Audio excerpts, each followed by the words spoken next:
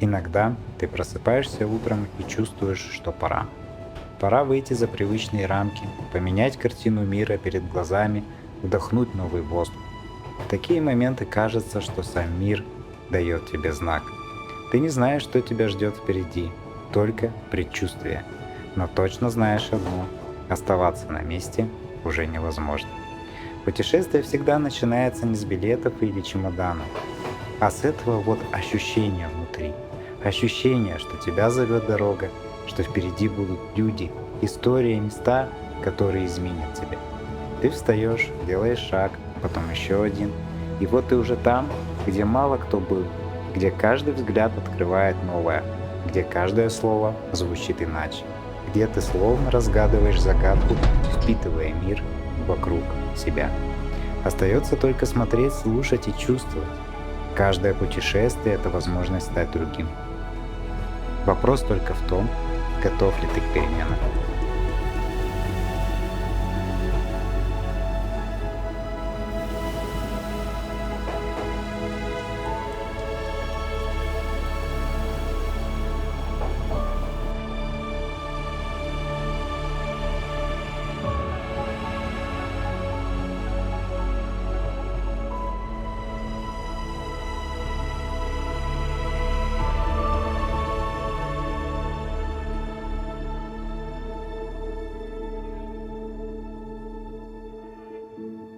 Кажется, я готов.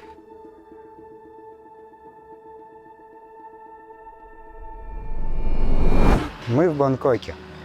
Дорога сюда заняла у нас почти 3 дня. Ехали мы сначала на поезде Хабаровск-Владивосток. Добравшись до Владивостока, пересели на электричку и доехали до города Артема.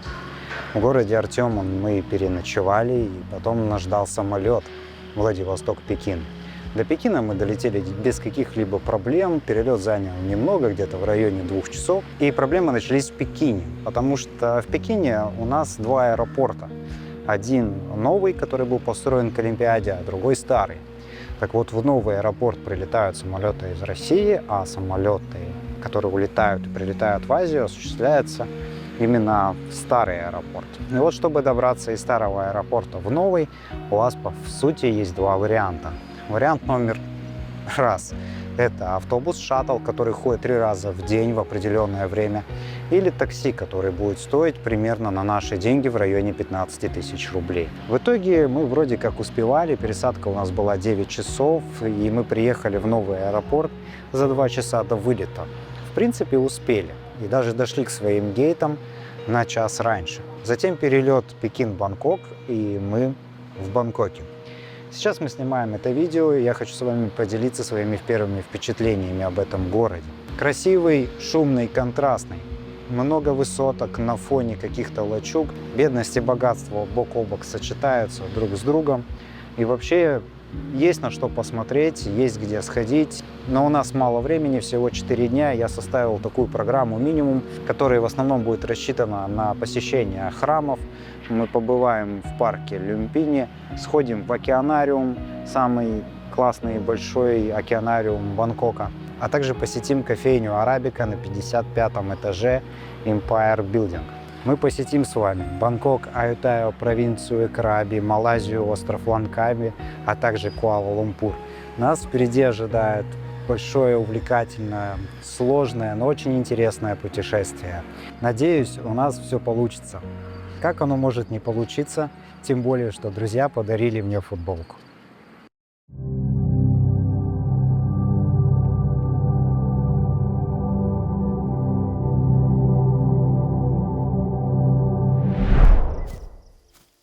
Первое место, в которое мы хотим сходить, это Люмпини парк, оазис покоя в сердце Бангкока. Бангкок — это город, который никогда не спит. Он кипит, пульсирует, живет в ритме бесконечного движения. Тысячи машин, переплетенные магистрали, шумные рынки, всполохи неоновых огней. Здесь все стремительно, ярко и энергично. И кажется, что город захватывает тебя целиком, не оставляя ни секунды на передышку.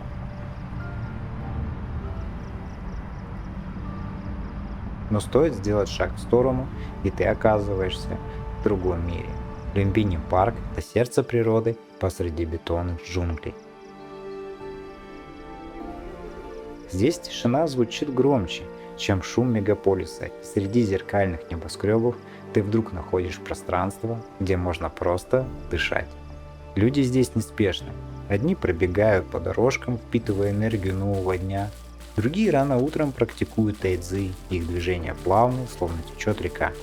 Кто-то просто сидит на скамейке с книгой, слушая, как ветер играет в кронах деревьев. На воде скользят лебединые катамараны, и даже водяные вараны лениво греются на солнце, будто сам город не имеет над ними власти. Ты идешь по дорожкам, всматриваясь в лица. Здесь встречаются все. Пожилые тайцы, которые приходят сюда годами, зная парковые тропинки лучше, чем улицы города. Молодежь, которая находит здесь островок спокойствия среди учебников и работы. Туристы, случайно забредшие в этот уголок природы и замирающие в восхищении. Люмбини-парк – это не просто зеленый уголок, это напоминание о том, что даже в самом быстром городе всегда есть место, где можно спокойно услышать, как поют птицы, посмотреть, как солнце пробивается сквозь листву, почувствовать легкий бриз на лице. И вдруг ты понимаешь, не обязательно уезжать далеко, чтобы найти гармонию. Иногда она ближе, чем кажется. Нужно лишь позволить себе остановиться и услышать ее.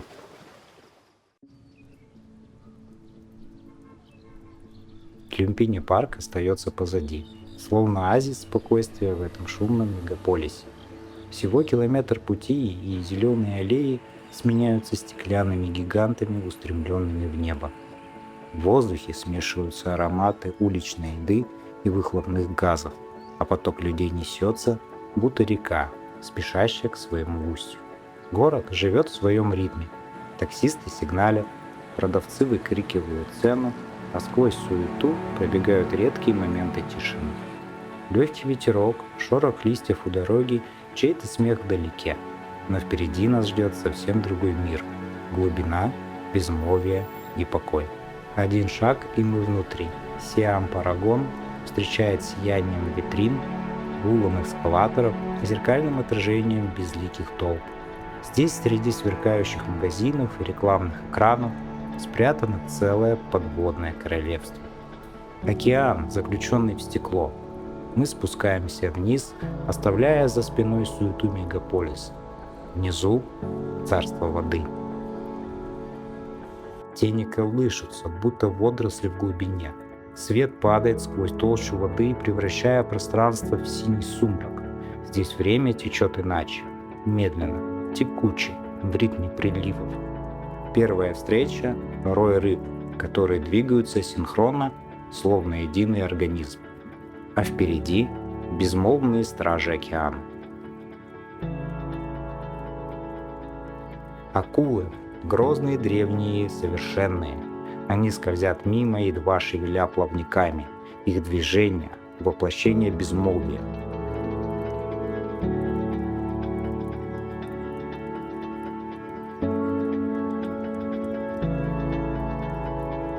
Это не просто хищники, это сама природа в ее чистом, бескомпромиссном виде.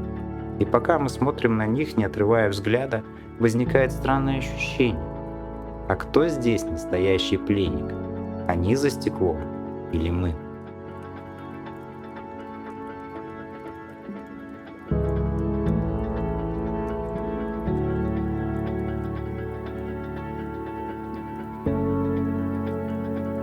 Шаг вперед, и над головой раскрывается бескрайний океан. Рыбы парят в толще воды, как будто левитируют в воздухе, а лучи солнца танцуют на их чешуе. Здесь легко забыть, где ты на самом деле. Мир теряет границы. Ты идешь по туннелю, но будто дрейфуешь в толще воды. Медленно, без сопротивления.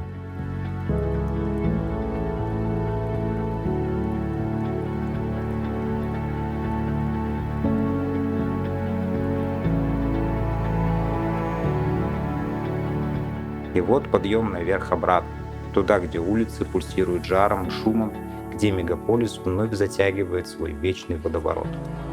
Еще несколько минут назад перед нами простиралось царство безмолвия, а теперь гул улиц, мерцание реклам и людской поток. Город и океан такие разные, но в чем-то похожи. Каждый движется в своем ритме, каждый хранит свои тайны, и в каждом своя бездна. Кофейня Арабика на 55-м этаже Икон Сиам – одна из самых высоко расположенных кофеен этого легендарного японского бренда. Основанная в Киото, арабика стремительно завоевала мир благодаря минимализму, качеству зерна и философии «смотри на мир через кофе».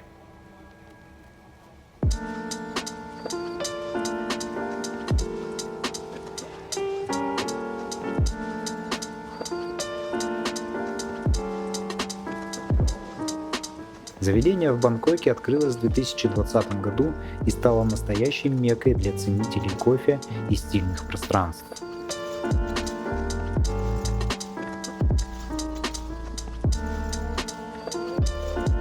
Днем здесь можно насладиться мягким естественным светом, который заливает интерьер, создавая идеальную атмосферу для неспешных бесед.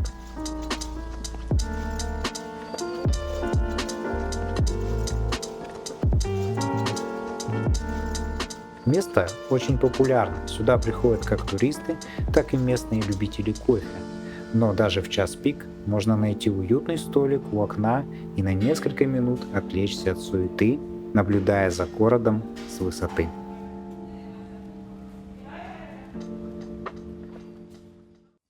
Если в Таиланде есть место, которое воплощает в себя всю его историю и величие, то это храм изумрудного Будды и расположенный рядом Грэнд Пэлас. Эти два символа Таиланда стоят рядом, и между ними не одно столетие истории, наполненной мифами и легендами. Храм изумрудного Будды был построен в 1782 году, когда король Рама I перенес столицу из Аютхаю в Бангкок и начал возведение комплекса, который стал символом новой эры в истории Таиланда.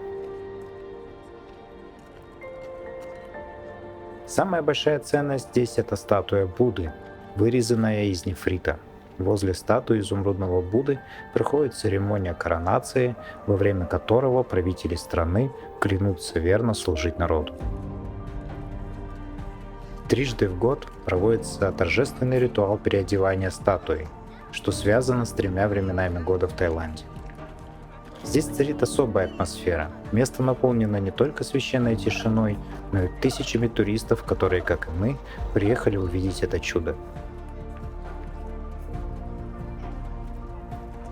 В храме царит полумрак, а сама статуя сравнительно небольшая, всего 66 см в высоту и 48 см в ширину вместе с постаментом. К ней вплотную подпускают только тайцев для молитв, а фото и видеосъемка запрещены. Не менее впечатляющий и Грэнд Пэлас, большой дворец, расположенный всего в нескольких шагах от храма. Этот дворцовый комплекс был построен также в конце 18 века, в 1782 году, когда Рама I решил сделать Бангкок своей новой резиденцией. Это был символ его власти и амбициозных планов для нового государства. Хотя мы не заходили в сам дворец, величие его внешних стен, украшенных золотыми шпилями и мозаиками, дает полное представление о пышности и значении этого комплекса. Гуляя здесь, понимаешь, насколько важно это место для истории и культуры Таиланда. Снаружи дворец выглядит величественно и внушительно, передавая дух прошлого и современности одновременно. Каждая деталь, от резных фасадов до сверкающих золотых шпилей, отражает королевскую мощь и традиции.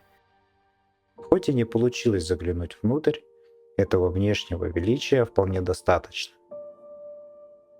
чтобы почувствовать себя частью этого невероятного наследия.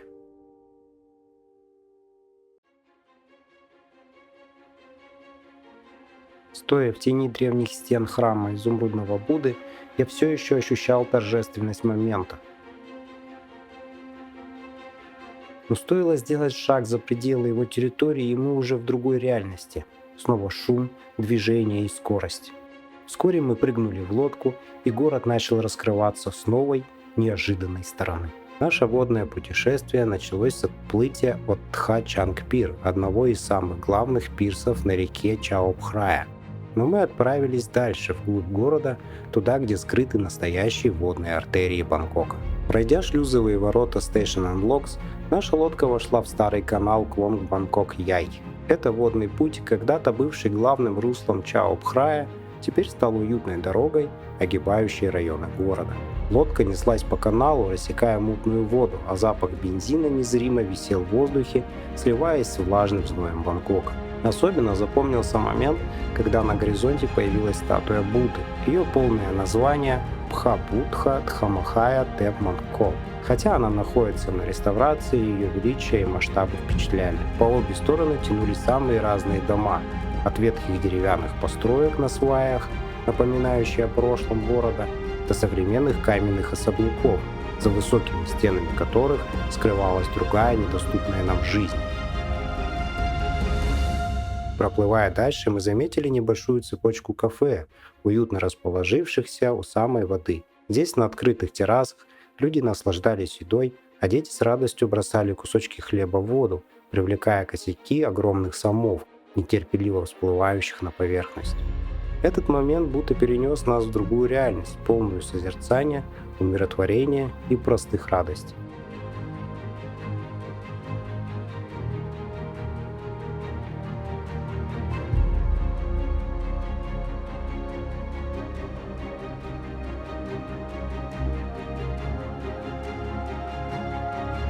Продолжая путь, мы вошли в канал Клонгмон, который привел нас обратно к реке Чао-Пхрая.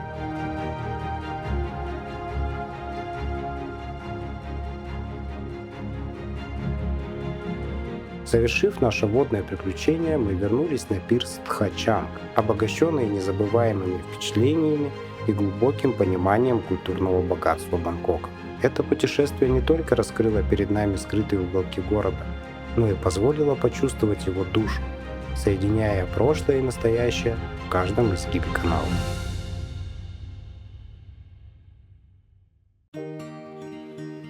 После нашей речной прогулки наш путь лежал обратно, вдоль реки, туда, где среди шумных улиц скрывался наш отель. Справа возвышались шпили храмов, за их оградами прятались тени старых деревьев, а слева проносились маленькие тук-туки, снующие между машин. Шаг за шагом мы проходили мимо небольших магазинчиков и лавок, заполненных сувенирами.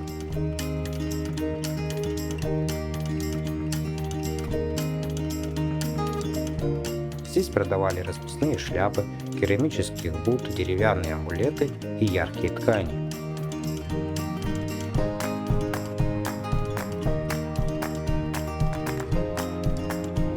Один узкий поворот привлек наше внимание.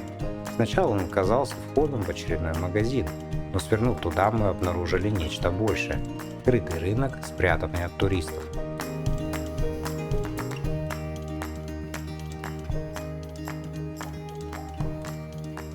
Внутри было шумно и тесно, пахло специями и жареными закусками. Здесь среди привычных сувениров продавались свежие морепродукты, экзотические фрукты, ароматные травы. Место явно служило и для местных жителей.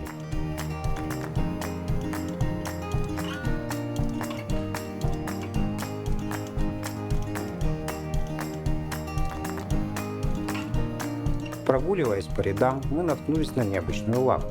Ее прилавок был завален загадочными артефактами. Старинные свитки с письменами, фигурки Будды, кости с резными символами, кроличьи лапки, привязанные красными нитями. Это выглядело так, будто каждый предмет хранил свою историю.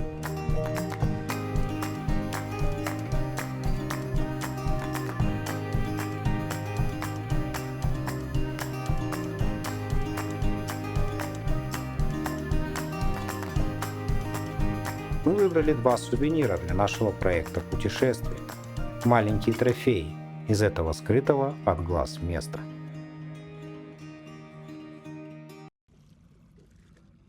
На следующий день мы снова пришли на пирс, чтобы отправиться в храм утренней зари. Было обычное солнечное утро. Река Чао-Прая искрилась под яркими лучами солнца, а вокруг сновали десятки лодок, создавая хаотичные волны. Ватарун был прямо перед нами, на другом берегу, во всей своей красе. Мы видели его четко и ясно, будто могли дотронуться рукой до изящных шпилей, устремляющихся в небо.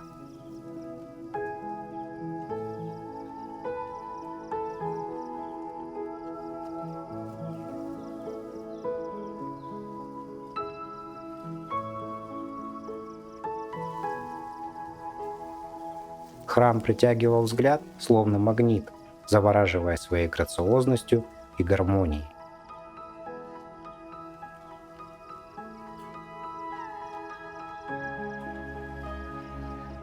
История Ватарун начинается в эпоху королевства Аюдхая, когда здесь стоял небольшой храм. Но все изменилось в XVIII веке, когда король Таксин, спасаясь от бирманских войск после нападения Аютаю, прибыл сюда на рассвете. Он еще тогда не был королем, но уже тогда судьба предопределила его великое будущее. Увидев, как первые лучи солнца окрасили старый храм в золотистый цвет, он воспринял это как божественный знак. Именно здесь он решил основать новую столицу – Танбури.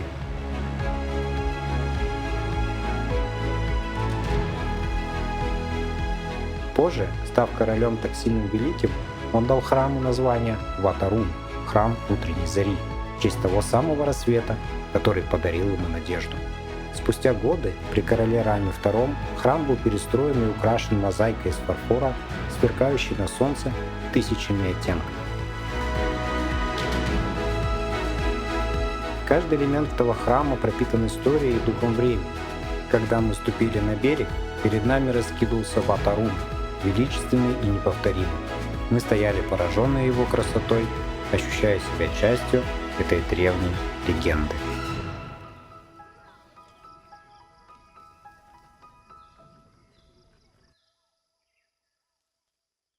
Привет, ребята, привет, комьюнити. Ну что, в Бангкоке мы находимся уже порядка 3 дней. Я сейчас нахожусь на набережной реке Чао-Прая. По-моему, так она правильно называется. Я выбрался из отеля для того, чтобы посидеть, поторговать, посмотреть на вот эту вот реку. Сейчас я вам ее покажу, где-то здесь за кадром. Это река, которая, кстати говоря, не такая уж и грязная, как мне казалось ранее. Мы сегодня гуляли по храмам, много двигались, много передвигались. Было много всякого интересного. Были в храме утренней зари, ели в местной кафешке Макашницы. Там было довольно приличная утка с рисом. В принципе, мне понравилось. Единственное, вчера мы были в большом храме, и там было очень много туристов, причем китайских туристов. Это все, я не знаю, как я это смонтирую, покажу перед этим или после, но в любом случае вы на это посмотрите. Ну и, в общем, я пришел на эту набережную для того, чтобы посидеть, поторговать. В частности, я хочу протестировать именно, что ни на есть, пинги, соединения и прочие такие вот аспекты. Вот. И сейчас я хочу вам показать, как это все выглядит. Я надеюсь, у меня это сейчас получится сделать. В общем, выглядит это таким вот образом. Терминал Tiger Trade работает прекрасно на мобильном интернете. А вид на реку вот такой. Посмотрите.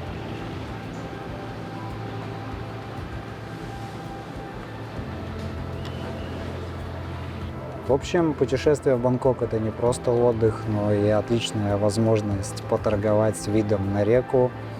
Я торгую здесь, в Бангкоке, через платформу Tiger.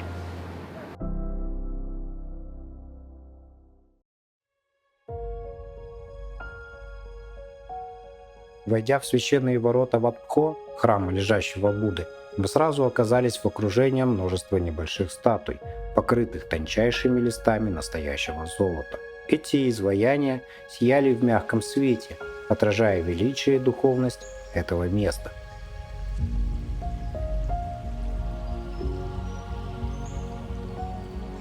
Продвигаясь дальше, мы вошли в зал, где перед нами предстал величественный лежащий Будда. Его размеры поражали. Длина достигала 46 метров, а высота 15. Статуя была создана по приказу короля Рамы III в 1832 году. Будда, покоящийся на правом боку, символизировал переход в нирвану. Его ступни, украшенные перламутровыми инкрустациями, изображали 108 символов, отражающих различные аспекты истинного Будды.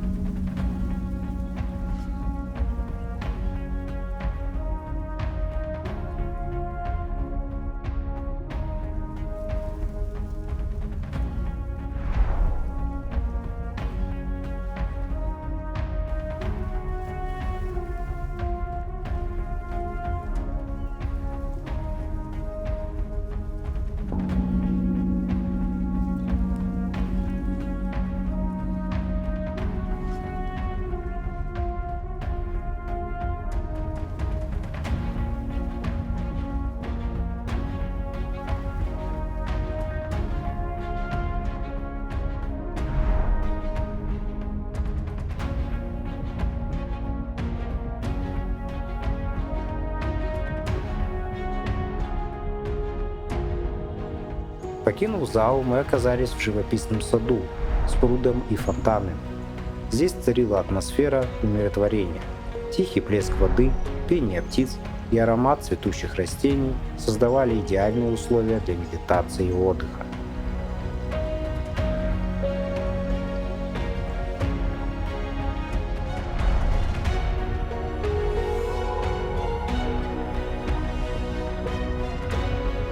Далее наш путь привел нас в музей, посвященный тайскому массажу. Именно в Атпхо зародилось это искусство, и музей предлагал глубокое погружение в историю и техники массажа, подчеркивая его важность в тайской культуре.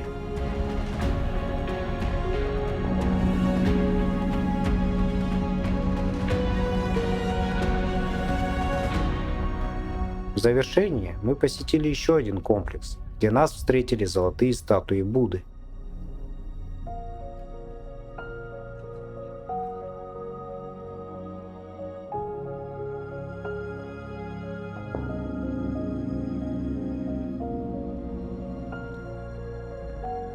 Среди них мы заметили сломанный наконечник крыши храма, который напоминал о том, что даже самые величественные сооружения подвержены течению времени.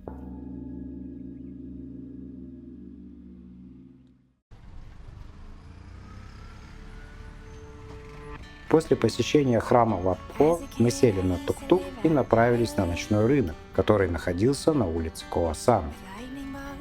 Это место полная противоположность спокойствию храма.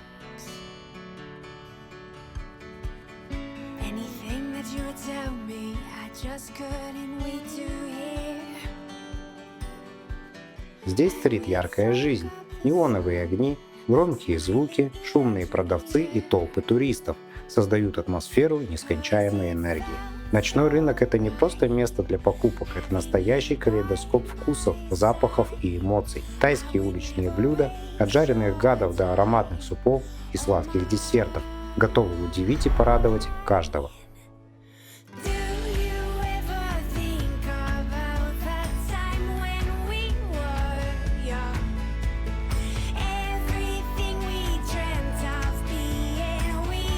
Витрины ломятся от ярких украшений, одежды и сувениров, а местные художники и ремесленники предлагают свои работы. Живая музыка, доносящаяся с разных уголков, добавляет в этот калейдоскоп неповторимое настроение.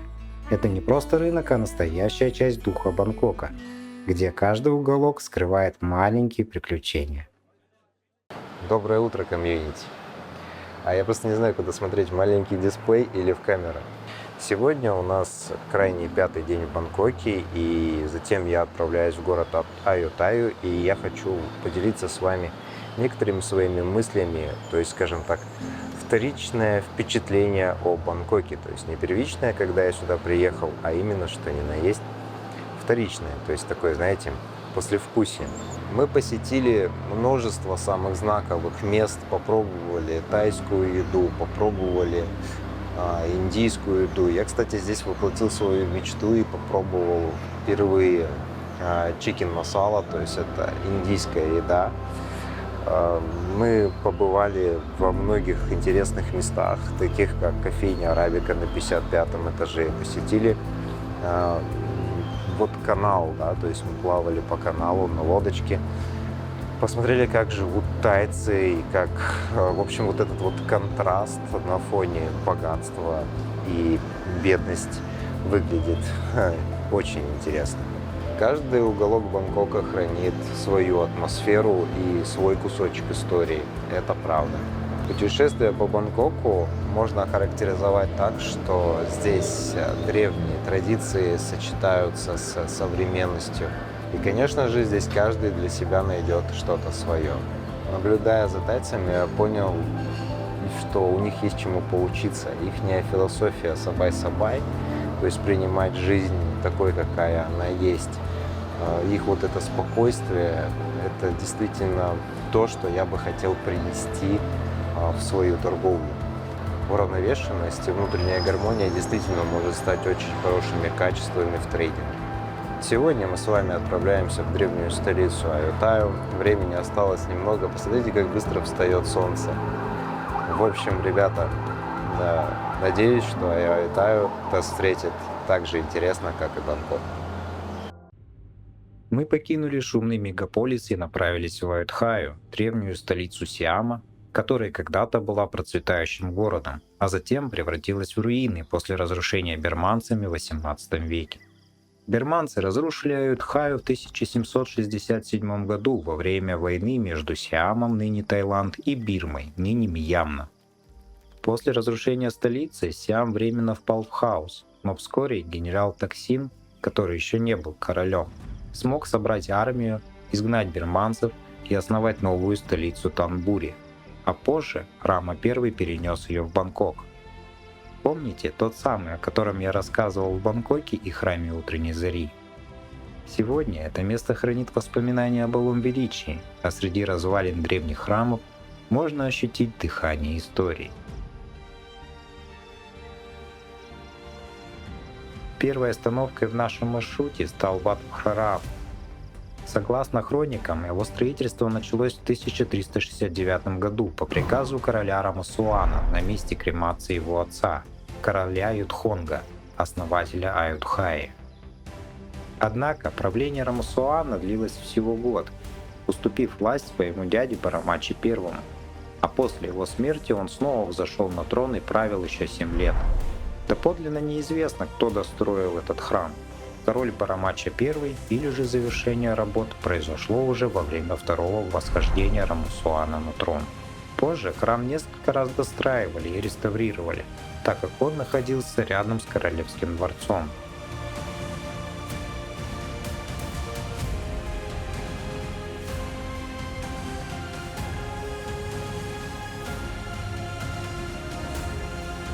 Позже, в 1741 году, его обновили в последний раз в правлении короля Барамахата.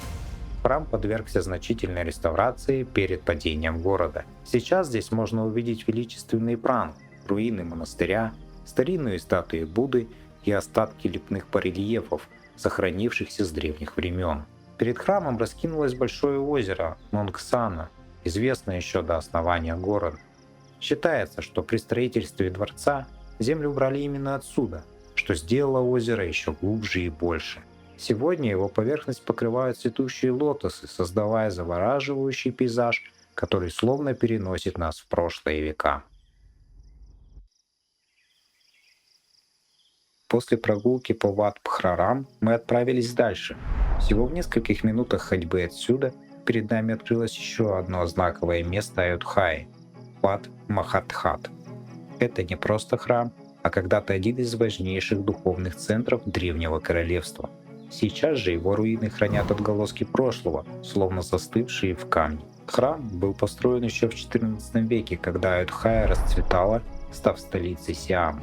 Здесь, в самом сердце города, хранились священные реликвии Будды, а стены храма слышали молитвы королей. Но в 1767 году, во время вторжения бирманцев, он, как и весь город, был разграблен и сожжен.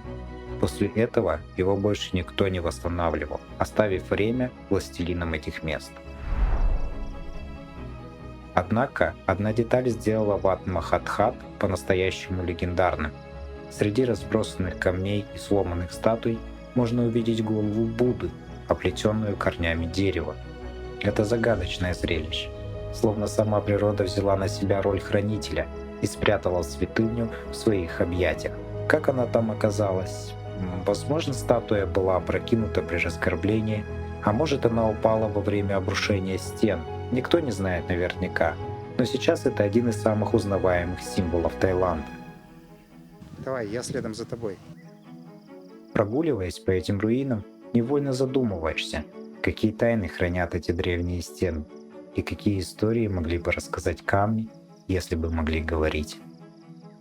Пересекая дорогу от Ват Махатхат, мы оказались у еще одной древней святыни – Ват Раджа Бурана. На первый взгляд он кажется менее известным, чем его сосед, но стоит зайти внутрь, как понимаешь, это место полное тайн. Храм был построен в 15 веке, в 1424 году, королем Барамарадча Тхиратом II. Причиной его возведения стала трагедия. Два старших брата короля погибли в сражении друг с другом, пытаясь завладеть престолом. В память о них король приказал построить здесь величественный пранг, высокую башню в хмерском стиле, которая до сих пор возвышается над руинами. Но главная загадка Ват Раджа Бурана – его подземное святилище. В основании центра пранга скрыта древняя крипта, где когда-то хранились бесценные сокровища. Золотые украшения, статуи Будды, древние рукописи. Долгое время они оставались нетронутыми, пока в 1957 году грабители не пробрались внутрь и не разграбили часть реликвий. К счастью, многое удалось вернуть, и теперь найденные артефакты можно увидеть в музеях. Зайдя внутрь центральной башни, можно подняться на своеобразный балкон, откуда откроется вид на окрестности. Но еще интереснее спуститься вниз, в полутемное помещение. Конечно, спуститься туда нельзя, но мы можем лишь только представить, как стены там покрыты древними фресками. Пахнет сыростью, а в воздухе висит ощущение чего-то забытого времени. Но главное, здесь живут летучие мыши. Они прячутся в тени высоких арок, затаиваясь в темных углах. Иногда, если прислушаться, можно услышать их тихие писки, словно эхо давно ушедших веков. Ват Раджа Бурана – это место, где история продолжает дышать.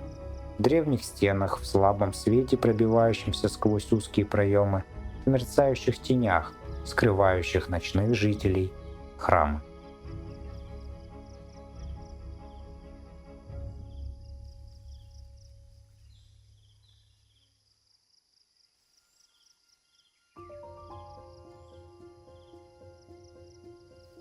На следующее утро мы отправились в величественный храм Wat Phra Singh Songphet, некогда сверкающий золотом и символизирующий могущество Аюдхаи. Построенный в 15 веке при короле Бараматрайла Каната, он служил личной королевской святыней и был недоступен для простых смертных.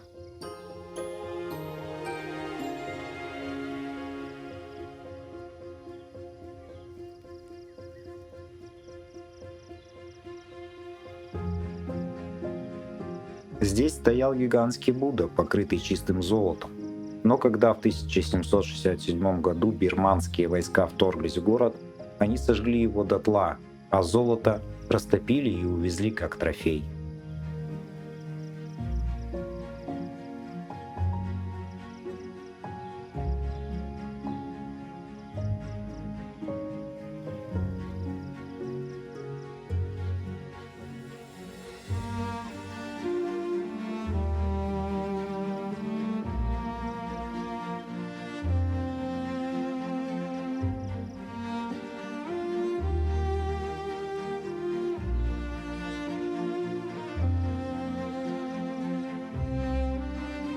Остались лишь 3 огромные ступы, возвышающиеся над руинами, словно хранители забытой эпохи.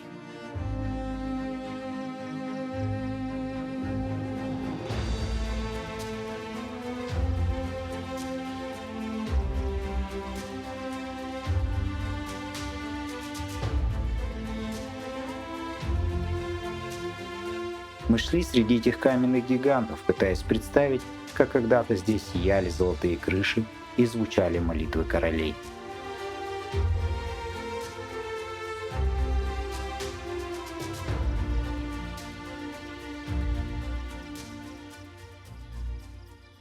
Покидая храм, мы направились обратно, но дорога раз за разом возвращала нас к прошлому. Среди заросших улиц и обломков некогда великого города мы наткнулись на развалины Ват-Чакрават, храма, которого не было в нашем маршруте. Его стены покрыты трещиной и мхом, будто пытались скрыться от времени. Но время все же их настигло. Основанный в ранние годы Аюдхаи, он пережил множество царств и войн, пока не упал под ударами той же катастрофы.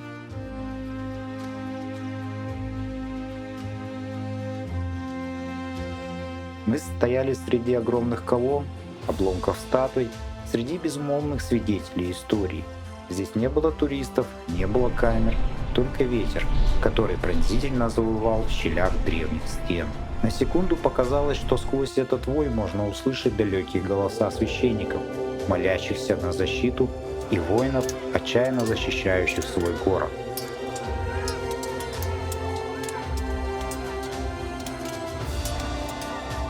Но время не знает жалости. Мы смотрели на разрушенные ступы и понимали, все, что некогда было несокрушимым, со временем становится лишь воспоминанием. Древние знали толк в стройке.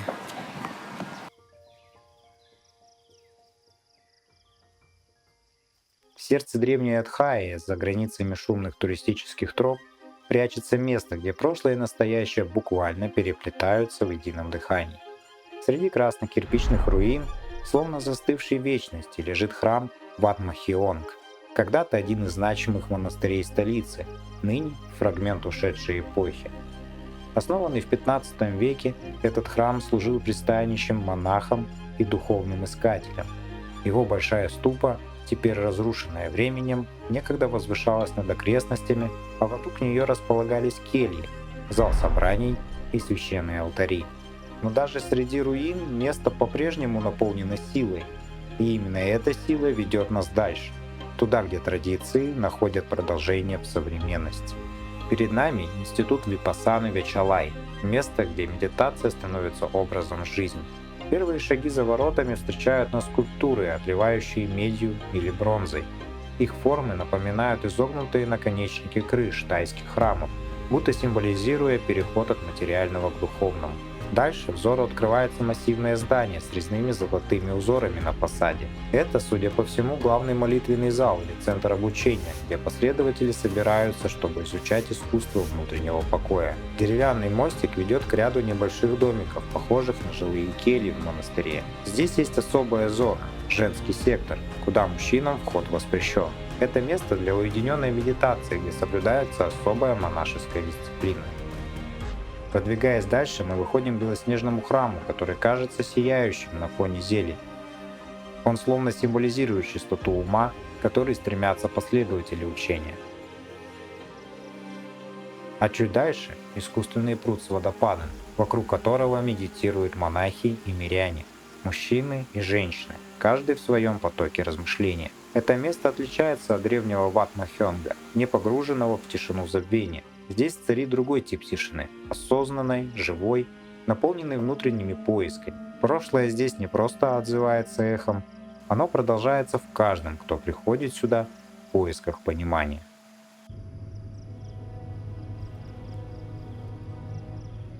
Мы только что покинули буддийский комплекс и направляемся к храму Чай Ват Ханрам, одному из самых величественных храмов Аюдхаи. Его силуэт, возвышающийся над древними руинами, словно напоминание о былом величии Сиама. Этот храм был построен в 1630 году по приказу короля Прасад Тхонга. По одной из версий, он возвел его в честь своей матери, сделав этот храм не просто религиозным объектом, а личным памятником благодарности. Но помимо семейных мотивов, строительство имело и государственное значение. В то время Ayutthaya стремилась укрепить свою мощь, и Wat Chai Vadhanaram должен был стать символом силы королевства. Архитектура храма вдохновлена стилем Кхмерской империи, и это не случайно. Король Прасад Хон хотел подчеркнуть преемственность власти, связав Сиам с древним Анкором. Вдоль периметра храма тянется длинная галерея, где некогда сидели 120 статуй Будды, выстроенные в строгий ряд. Время и войны не пощадили их. Сегодня многие из них обезглавлены и разрушены, напоминая жестокости бирманского вторжения.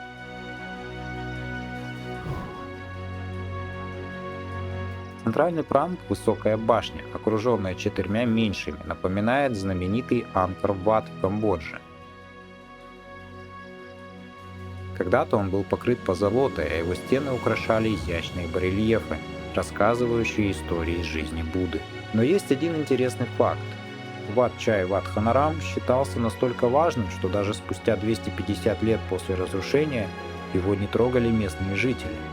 В отличие от других храмов, которые часто разбирали на кирпичи для строительства домов, этот храм оставался нетронутым.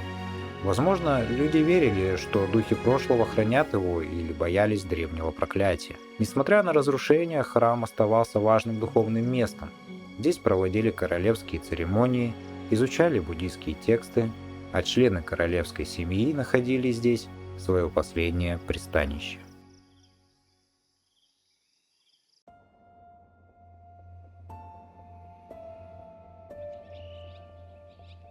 Мы покинули Ayutthaya ранним утром, когда солнце только начинало окутывать руины золотым светом. Наш путь лежал в глубины тайской провинции Канчанабури, туда, где скрывается одно из самых живописных чудес природы.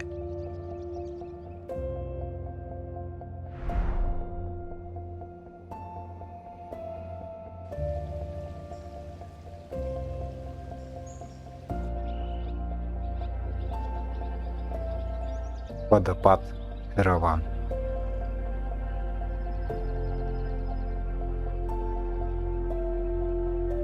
Местные жители говорят, что эти воды названы в честь мифического слона Эравана, гигантского белого создания из индуистских преданий. Согласно легенде, Эраван обладал 3 головами и мог носить на себе богов. Говорят, что верхний уровень водопада напоминает его массивную голову, а потоки воды — его длинные сверкающие бивни. Первые уровни водопада встречали нас спокойными лагунами, где бирюзовая вода, будто стекло, отражала окружающий лес. Здесь туристы часто останавливаются, чтобы освежиться, а маленькие рыбки гара делают природный пилинг, щекотно покусывая ноги. По мере того, как мы углублялись в национальный парк, тропа становилась все более живой. Шелест листвы и щебет экзотических птиц и негромкое журчание воды создавали ощущение, будто мы пересекли границу между мирами. На следующих уровнях мы видели, как вода струится по известковым террасам, образуя каскады, похожие на природные лестницы. Чем выше мы поднимались, тем больше стихала толпа, оставляя нас наедине с дикой природой.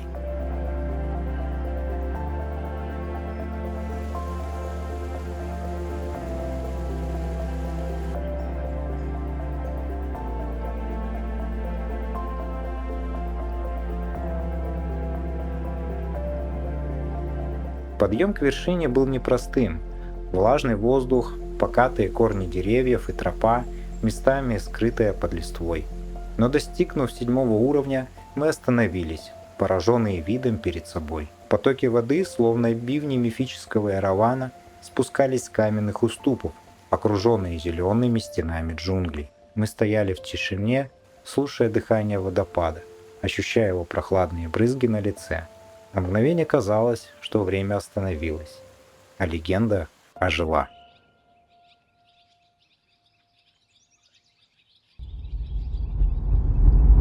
Привет, комьюнити! Мы уже в Ayutthaya находимся 4 дня, и за это время мы посетили множество храмов, а также съездили в соседнюю провинцию Канчанабури и посетили водопад Эраван. Что я могу сказать об этом удивительном месте? Ну, понятно, что Аютаю — это древняя столица, и здесь очень много развалин.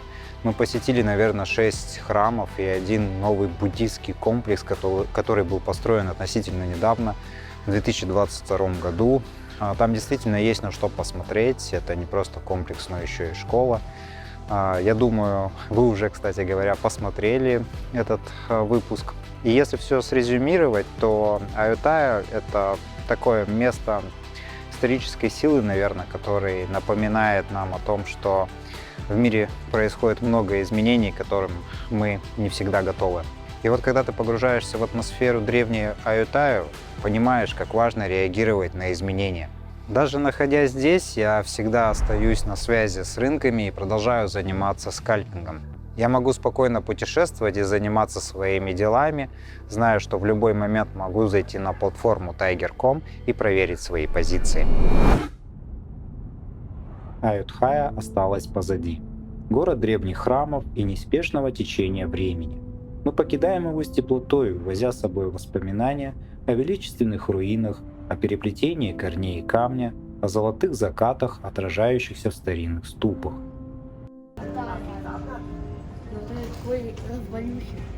Было ли нам жаль уезжать? Конечно, но впереди новые приключения. Наш путь лежал в Бангкок, а затем в Крабе.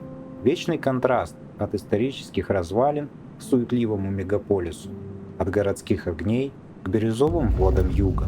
В аэропорту Краби нас ждал трансфер, и вот спустя несколько часов мы оказались в городе Аонанг.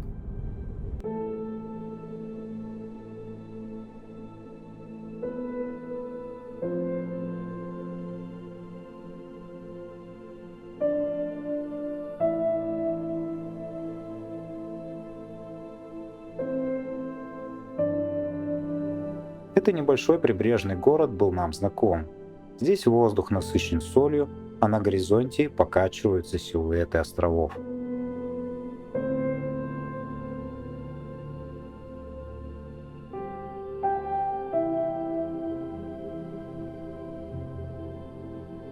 Утро встретило нас лучами солнца и криками птиц. Мы арендовали машину и отправились туда, где природа хранит свою первозданную красоту. Национальный парк Као-Сок. Наш путь лежал к одному из самых загадочных мест Таиланда – озеру Чаолан.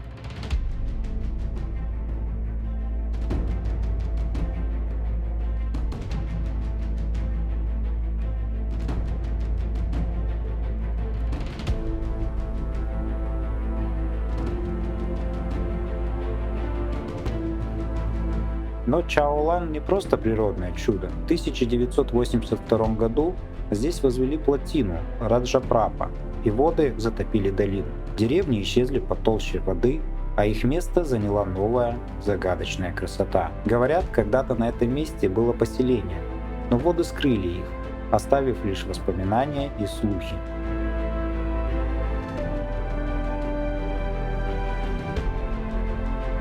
Местные жители рассказывают, что в туманные рассветные часы на глади озера можно услышать колокольный звон, эхо затонувшего храма. Правда это или лишь красивая легенда, никто не знает. Но одно бесспорно – Чаолан завораживает.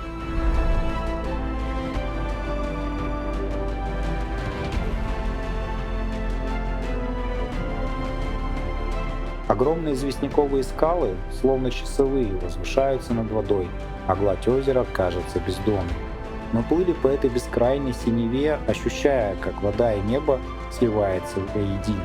Когда лодка останавливалась, тишина вокруг казалась почти осязаемой, нарушаемая лишь всплесками воды и далекими криками птиц.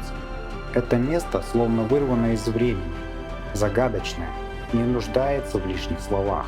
Оно дышит древностью, спокойствием и тайной. И, возможно, каждый, кто здесь побывает, услышит свою собственную историю, шепотом, рассказанную ветром среди скал. После незабываемой прогулки по озеру Чаолан мы заночевали в этом регионе.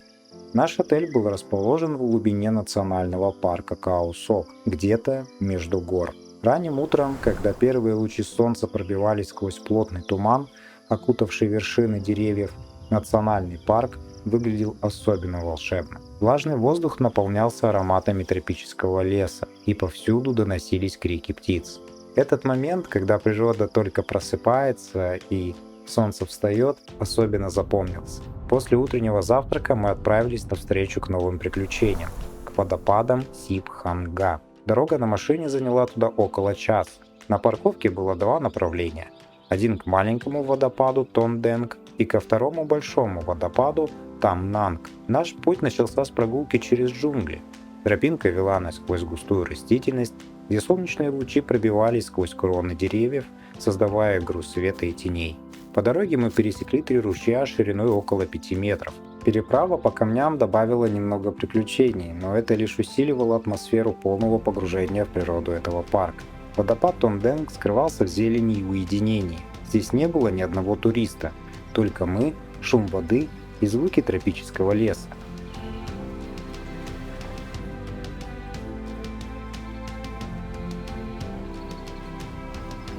Я не мог упустить шанс искупаться в прохладной кристально чистой воде. Освежившись, мы отправились обратно на парковку, чтобы двигаться дальше, к главному водопаду этого маршрута – Тамнанг. Дорога туда проходила вдоль небольшого озера, в котором плавали рыбы.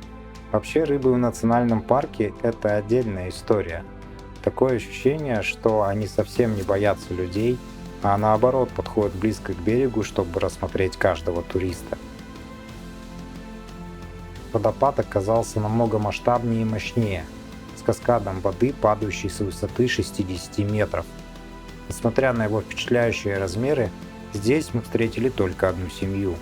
Тишина, природа и холодные потоки воды сделали этот момент особенным.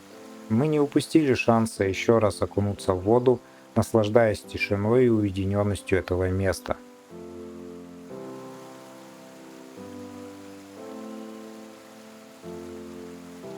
Освеженные и наполненные эмоциями, мы отправились дальше, увозя с собой яркие впечатления и кадры, которые останутся с нами надолго.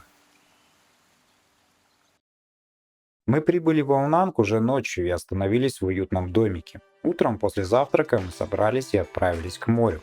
По дороге к центральному пляжу мы уже предвкушали нашу поездку на рейле.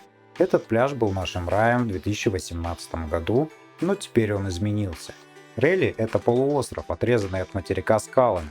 Добраться сюда можно только на лодке, и большинство туристов выбирает маршрут именно с пляжа Аунанг. Когда мы прибыли, лодка высадила нас на Рейли Вест. Это западный пляж, который встречает всех прибывших туристов. Лодки подходят одна за другой, на берегу столпотворение, десятки людей выгружаются и загружаются одновременно. Вода здесь мутноватая из-за постоянного движения катеров, купаться здесь не очень приятно. Раньше это было живописное место, где было мало людей, песок был мягкий, а вокруг были редкие отдыхающие. Мы решили уйти в сторону и направиться на более уютный пляж Тансай, который находится левее. Дорога к нему проходила через скалы по узкой тропе. Немного экстремально, но пройти можно без особых сложностей. Тансай – это место для любителей скалолазания. Берег здесь каменистый, а вместо лежащих на песке туристов – люди в альпинистских обвязках, осваивающие маршруты на отвесных скалах. В 2018 году здесь царила расслабленная атмосфера хиппи. Были дешевые бунгало и небольшие кафе. Сейчас построили дорогой отель, и стоимость проживания здесь начинается от $300 за ночь, хотя ничем особым он не выделяется. Несмотря на изменения, Тансай по-прежнему остается местом для уединения. Здесь мало людей, и природа впечатляет своими пейзажами. Вернувшись обратно на Рейли Вест, мы решили пройти через полуостров к пляжу Пхананг. Именно здесь особенно заметно, как Рейли изменился за последние годы. Раньше тропинка через полуостров вела через заросли джунглей, но теперь вдоль нее появилось множество кафе, ресторанов, сувенирных лавок и магазинов.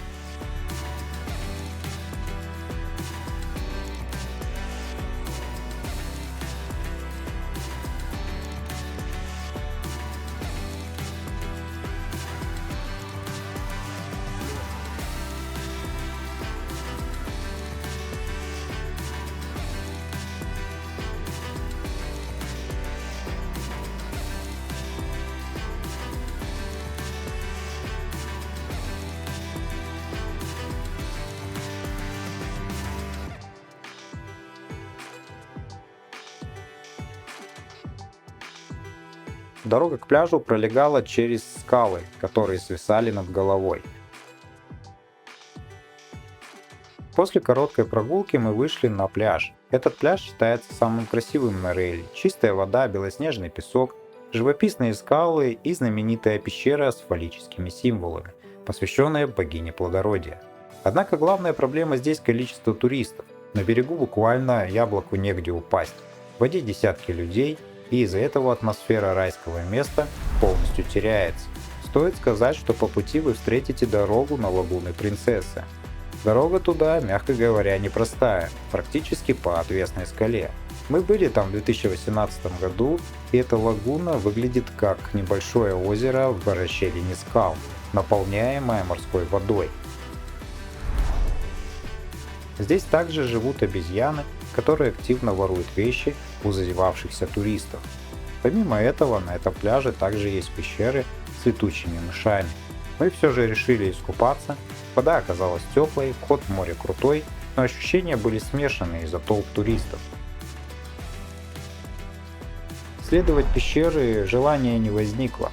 Место уже не казалось таким уникальным, как раньше. Рейли больше не тот, что был в 2018 году. Из уединенного уголка он превратился в популярное коммерческое место с толпами туристов, дорогими отелями, барами и магазинами. Те, кто ищет спокойствие, вряд ли его здесь найдут. Но если вы все-таки хотите насладиться Рейли таким, каким он был раньше, то в 6 часов отсюда уезжает последняя лодка, увозя с собой туристов. Полуостров остается ограниченному кругу людей, которые остались здесь с ночевой. Ну и, конечно же, рассвет. Это место, когда на полуострове еще нет туристов. Если хочется насладиться красивыми пейзажами Рейли, то, конечно, здесь стоит оставаться на ночь.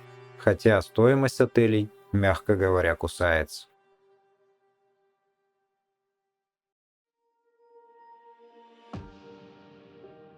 После долгого дня на Рейли мы сели практически в последнюю лодку и отправились на Онанг, чтобы встретить закат. Мы заняли место на набережной. Здесь всегда много людей, особенно в такие моменты. Кто-то сидит прямо на песке, кто-то прогуливается вдоль берега, а кто-то до последнего луча солнца остается в воде, наслаждаясь теплым морем. Посещение Рейли оставило смешанные чувства. Ожидание было выше, чем реальность. Вместо уединенного райского уголка нас встретили толпы туристов, шум и ощущение перенаселенности. Хотелось насладиться природой, но оказалось, что найти спокойное место там практически невозможно. Раньше это место было действительно атмосферным, но сейчас возвращаться туда больше не хочется. Солнце медленно опускается за горизонт, окрашивая небо в голубые оттенки оранжевого и розового. Вода отражает этот цвет, создавая ощущение, будто все вокруг становится мягче и теплее. Пляж наполняется звуками, приглушенный гул голосов, всплеск волн и редкий смех.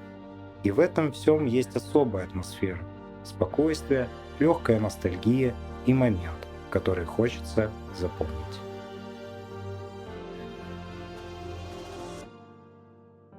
Утром мы отправились на пляж Пайплонг.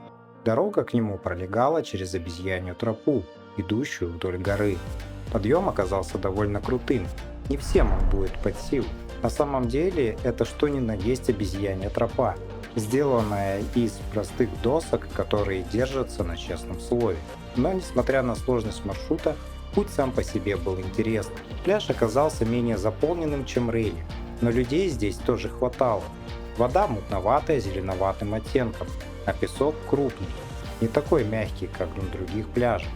Вдоль всего берега расположился отель, из-за чего на пляже почти нет инфраструктуры. Ни кафе, ни магазинов, ни аренды лежаков, только природа и отдельная территория. Место само по себе атмосферное, а густые деревья создают приятную тень, что было очень кстати под палящим солнцем. Но из-за сложного пути ходить сюда каждый день не слишком удобно. Мы пробыли здесь весь день, понимая, что второго визита сюда не будет. Хотелось насладиться моментом, впитать в себя атмосферу этого уединенного уголка, прежде чем отправиться дальше. Мы приходили сюда почти каждый день. Пляж Клунг Муанг. один из самых спокойных в Крабе. Административно он относится к району Нонгхале, но среди зимовщиков это просто Клонг-Муанг. Место, где можно уйти от туристической суеты и по-настоящему почувствовать атмосферу Южного Таиланда.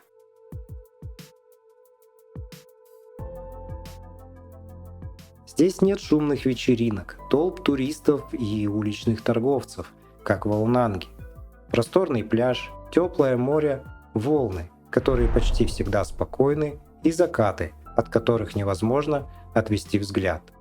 Это место выбирают те, кому важен комфорт, уединение и качественный отдых, без хаоса большого курортного города.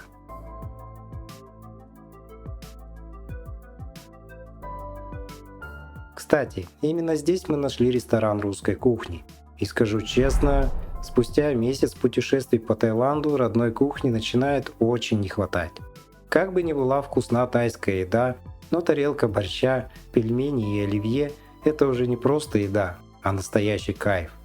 Многие зимовщики остаются здесь на месяцы, а то и на весь сезон. Клонг-Муанг стал для нас особенным местом.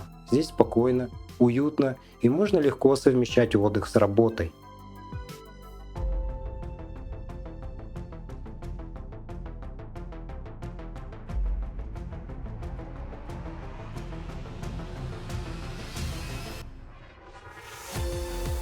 Иногда я садился в местном кафе с видом на море, брал кофе и открывал ноутбук, чтобы проверить рынок. С платформы Tiger.com у меня всегда все было под контролем. Буквально несколько минут и снова можно наслаждаться пляжем. Это еще раз подтверждает, что трейдинг дает свободу. Ты сам выбираешь, когда работать, а когда просто смотреть на закат.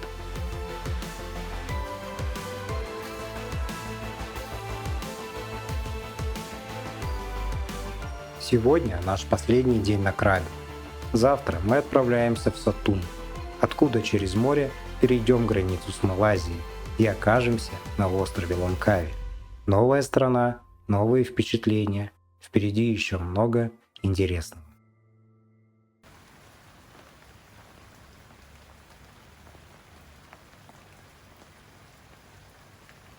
Утром на такси мы отправились в провинцию Сатун, в одноименный город. Именно отсюда продолжится наше путешествие в Малайзию.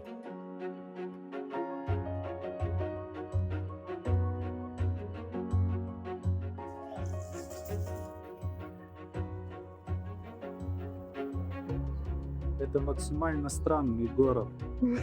Здесь все смотрят на нас, как на обезьян. Так мы и есть обезьянки.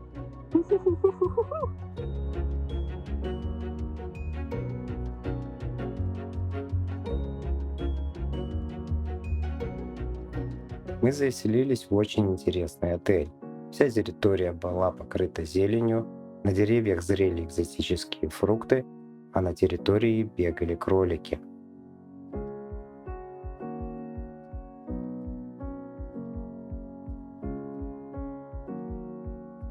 Нам нужно было хорошо отдохнуть, ведь на утро нас ждала длинная дорога. Ну, короче, как вы поняли, место максимально прикольное, кайфовое. Я думаю, что вам тоже понравились эти кролики. Хорошо, что не хомяки, да?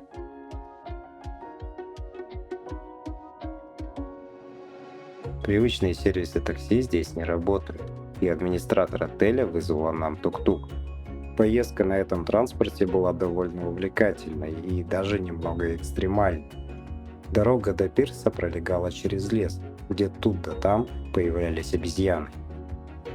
Прибыв на пирс, мы заполнили все необходимые документы, купили билеты и стали ждать свой паром. Прохождение таможни не заняло много времени. Это просто формальная процедура. На пароме были удобные кресла, и хоть в салоне работал телевизор, но вид из окна был лучше любого фильма. Дорога до Малайзии, острова Лангкави, заняла не более часа, и вскоре мы увидели того самого орла.